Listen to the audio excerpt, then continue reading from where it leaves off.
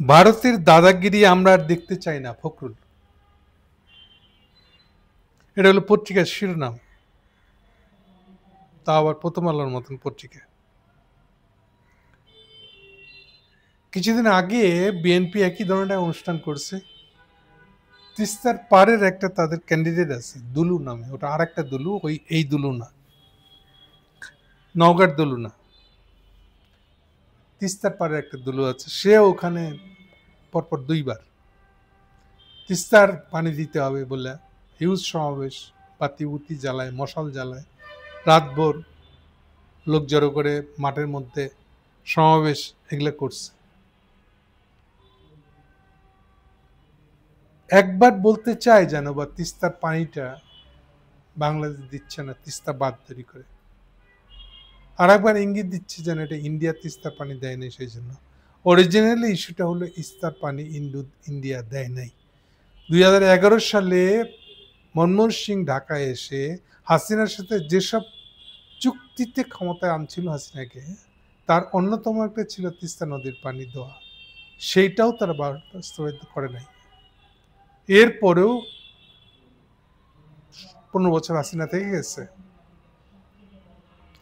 ফলে ওখানে এটা ওই দুলুর তিস্তা নদী, কিন্তু আসলে সে মিন করছে চাইনিজরা যে তিস্তা নদীর বাঁধ তৈরি করে দিবে বলছে, ডিপ আর একটা কিছু, সেইটার কথা বলতে যাচ্ছে। এটা গেল পটভূমি, আজকের আলোচনার পটভূমি। মূল প্রশ্নটা আসি। মূল প্রসঙ্গটা ওরা তখন এখান থেকে আইডিয়া আসছে যে তাহলে আমরা যদি তিস্তাতে মানে রংপুরে এরকম একটা সমাবেশ করতে পারি, তাহলে রাজশাহীতে না কেন? রাজশাহী মানে আরও উজানে গেছে, চাঁপাইনবাবগঞ্জ, পদ্মা নদীকে কেন্দ্র করে। সেখানে গিয়েও তারা একটা সমাবেশ ডাকছে, অনেকটা ওই রকমই আদলে। এখন সেখানে গিয়ে ওর সাথে তাল মেলাতে গিয়া ফখরুল এই অগ্রগামী আগ বাড়ায় কথা বলে বসা, ভারতের দাদাগিরি আমরা দেখতে চাই না।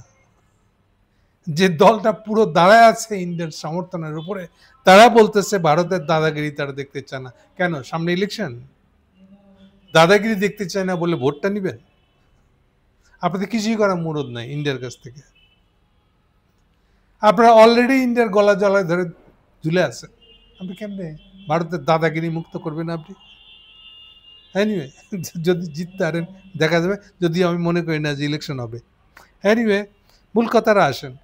এখানে ফখরুল বলছে কি, ভারতের দাদাগিরি আমরা দেখতে চাই না, কিন্তু পরের বাক্যটা দেখেন, সমমর্যাদার ভিত্তিতে। আচ্ছা, তাও বুঝলাম, খুব মর্যাদা বুঝছেন। পরের শব্দটা ইন্টারেস্টিং, সমমর্যাদার ভিত্তিতে ভারতের সহযোগিতা চাই। এই যে হয়েছে এবার, যে সমমর্যাদা দাবি করে সে আবার সহযোগিতা কেন চাইবে? কিন্তু সহযোগিতা কি আছে? এই যে সহযোগী শব্দটাই তো আপনার যে দালাল হয়ে ওখানে যে বেচে আসছেন নিজেদেরকে, ওর শব্দটাই তো হলো সহযোগিতা। আপনি সহযোগিতা কেন বলবেন? আপনার বলা উচিত ছিল সমমর্যাদার ভিত্তিতে ভারতের সঙ্গে সম্পর্ক চাই। সহযোগিতা কি আবার? ভারত সহযোগিতা না করলে আপনার সাথে সম্পর্ক হবে না, এটা ভারতের ইচ্ছা। আপনি তো আবার ভারতের ইচ্ছাটাকে জায়গা করে দিলেন। বুঝছেন কি? এই সহযোগিতা কেন? আসলে এখানেই তো স্বীকার করে নিলেন যে ভারত আপনাদের দাদা, এবং ভারতের দাদাগিরি দেখেও তো আপনি ক্ষমতা যেতে চান, এবং ভারত খুব আরাম পাবে যে আপনারা নয়া হাসিনা হয়ে উঠেছেন, আপনাকে দিয়েই দাদাগিরিটা বাংলাদেশে আরো স্টেবল করা যাবে। ফলে সেই হিসাবে ইন্ডিয়াতে এই জায়গা ছাড়বেন না। আপনি নিজেই যখন তার সহযোগিতাকে আয় বসছেন, তখন সে কেন দিবে বাংলাদেশকে পানি? বাংলাদেশের যে কোনো ন্যায্য হিস্সা, এই যে ন্যায্য হিস্সা দিতে হবে, আমরা ন্যায্য হিস্সার চাই, ন্যায্য হিস্সার পাওনা আদায় করতে চাই, এইটা হতো ল্যাঙ্গুয়েজ। এই যে আপনি রেখে রেখে বলা, মানে যতটুকু বললে আপনি একটা কনফিউশন তৈরি করতে পারবেন ভোটারদের মনে। ও আচ্ছা, বিএনপি আসলে বোধহয় এগুলো এখন উপোস করা হবে। আর বাবা, এটা তো তারেক জিয়া, এটা তো ইভেন খালেদা জিয়াও না, যেগুলো বলার কোনো আস্থা রাখতে পারতাম আমরা। তারেক জিয়ার বিএনপির উপরে কোনো আস্থাই নেই এ ব্যাপারে। সে তো অলরেডি ইন্ডিয়ার কোলে ঝুলে বসে আছে। এরপরে ফখরুল সাহেব আরেকটু গলা চাতাইছে। দিল্লিতে বসে মানুষ মারার হুমকি দিচ্ছেন ফ্যাসিস্ট শেখ হাসিনা। সাংঘাতিক। পরের শব্দটা আরো সাংঘাতিক। রায়কে ঘিরে গোলযোগ সৃষ্টির পরিকল্পনা করতেছেন। আরেক ধাপ উচ্চা, আরেক ধাপ টোন আপ। ফ্যাসিস্ট শক্তি যেন মাথা তারা দিয়ে দেশের ক্ষতি না করতে পারে, সেজন্য সবাইকে সৈনিকের মতন ভূমিকা রাখার আহ্বান জানান তিনি। ফখরুল সাহেব, আপনারা সবার আগে ঠিক করেন আমরা তারেক সাহেব যেন একদিকে থাকে। দুইটা নেতাকে দিয়ে একই রকম একই সময় দুইটা বক্তৃতা দেওয়ালে হবে?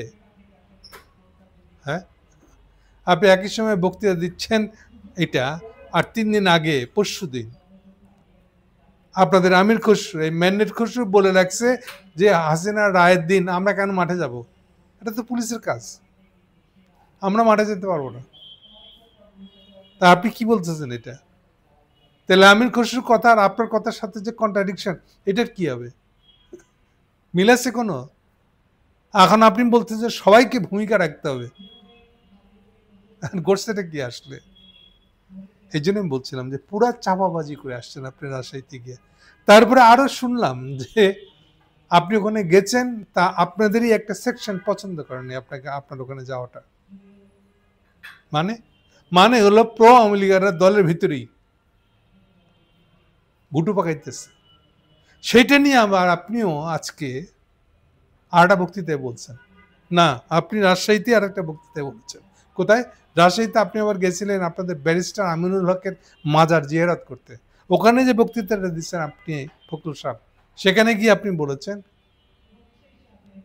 যে দলের ভিতরে কেউ কেউ গন্ডগোল লাগানোর চেষ্টা করতেছে। এটা কারা? যারা আওয়ামী লীগ করা বিএনপি, ওরা? ওগুলা ঘর সামলান আগে। তারেক জিয়া যেন একটাই কথা বলে, একসঙ্গে দুইটা কথা বললে হবে না তো, সব বিরোধী কথাবার্তা বললে হবে না। কাজে পদ্মা বাঁচাও আন্দোলনকে চাঙ্গা করে রাখা, এগুলা বুঝলো কি ভোট পাওয়ার জন্য বলতেছেন। পদ্মা বাঁচাও তো বাঁচানো তো আপনি পারবেন না। আপনি ইন্ডিয়ার সাথে দালালি করে পদ্মা বাঁচাতে পারবেন? এগুলো চাপা মেরে পার হয়ে যাওয়া সম্ভব? সারা বিশ্বে এই বার্তা পৌঁছে দেওয়া দরকার, পদ্মা একটি আন্তর্জাতিক নদী। বাবারে, সারা বিশ্ব লাগবে না, আগে নিজে বিশ্বাস করেন। তাই আইন অনুযায়ী পদ্মা নদীর পানি কোনো দয়া নয়, ন্যায্য হিসেব পাও না আমাদের অধিকার। তাইলে সহযোগিতা বলছিলেন কেন? এদিকে আপনার ইন্ডিয়ার সাথে সহযোগিতার সম্পর্ক, না আপনার হিস্সা, আপনার আদায় অধিকার আপনার আদায় করার নেবে? আদায় আর সহযোগিতা কি এক শব্দ? আকাশ আর পাতালের ফারাক।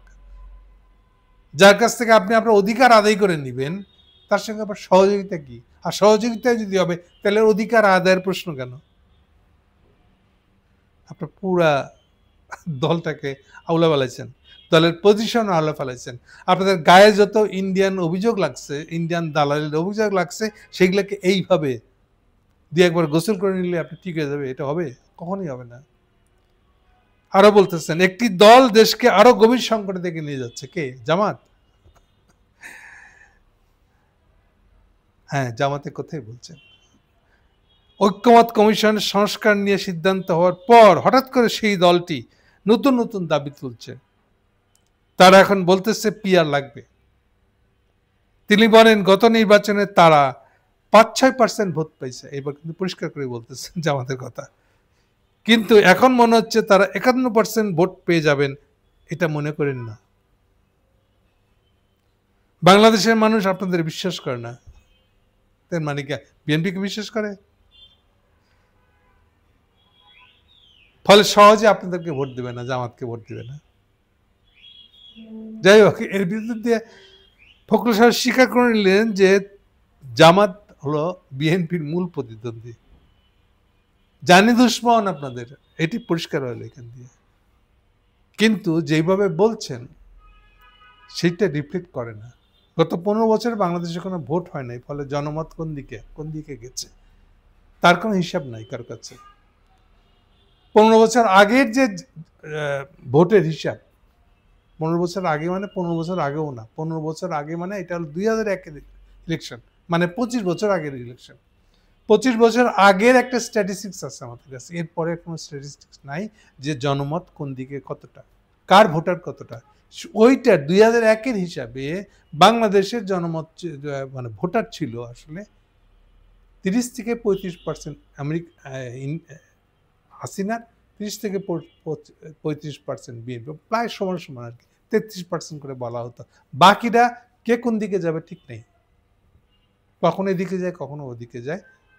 জামাতের হাতে 5-6% ভোট ছিল, এবং আপনারা তো 2001-এ জিতছিলেন ওই বিএনপি জামাতের 5%টাই যখন যোগ করে নিয়েছিলেন বিএনপির সাথে, ওই জন্য তো 2/3 মেজরিটি হয়েছিল, 204 সিট পেয়েছিলেন।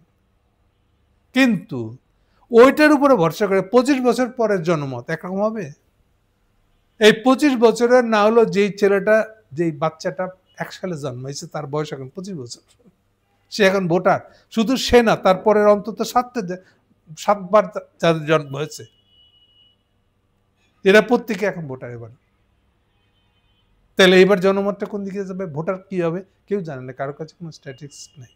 একমাত্র স্ট্যাটিস্টিক্স যদি কিছুটা বলি, সেইটা হলো এই যে ইউনিভার্সিটি ইলেকশনগুলো হয়েছে, এর একটা বিশেষত্ব হলো যেখানে এডুকেটেড, তুলনামূলকভাবে এডুকেটেড যারা ইউনিভার্সিটিতে ঢুকছে স্টুডেন্ট হিসেবে, মানে তারা তো মাস্টার্স অথবা অনার্সের ফার্স্ট ইয়ারে ঢুকে পড়ছে, এই অর্থে তারা এডুকেটেড। তাদের মতামত হলো যে তারা বিএনপিকে ভোট দেয় নাই। এটা তো আপনি জোর করে অস্বীকার করলে হবে না। সো এইটার ভিত্তিতে যদি হিসাব করেন, তাহলে বাংলাদেশের মানুষ বিএনপিকে সেই পরিমাণে, এই যে 33% ভোটের মালিক ছিল তারা, কনস্টিটিউয়েন্সি তাদের ছিল, সেইটার জায়গা আছে কি না আমাদের সন্দেহ আছে। অন্তত ইউনিভার্সিটি ইলেকশনগুলো তা বলে না। তাহলে কিসের ভিত্তিতে আপনি জামাতকে ধমকাইতেছেন? সার কথাটা হলো এই যে, যেহেতু এই আলোচনার মূল ইস্যুটা হলো ইন্ডিয়ান দাদাগিরি ছুটাবেন, ইন্ডিয়ান দাদাগিরি ছুটানোর ক্ষমতা আমাদের আপনাদের নাই, হবেও না।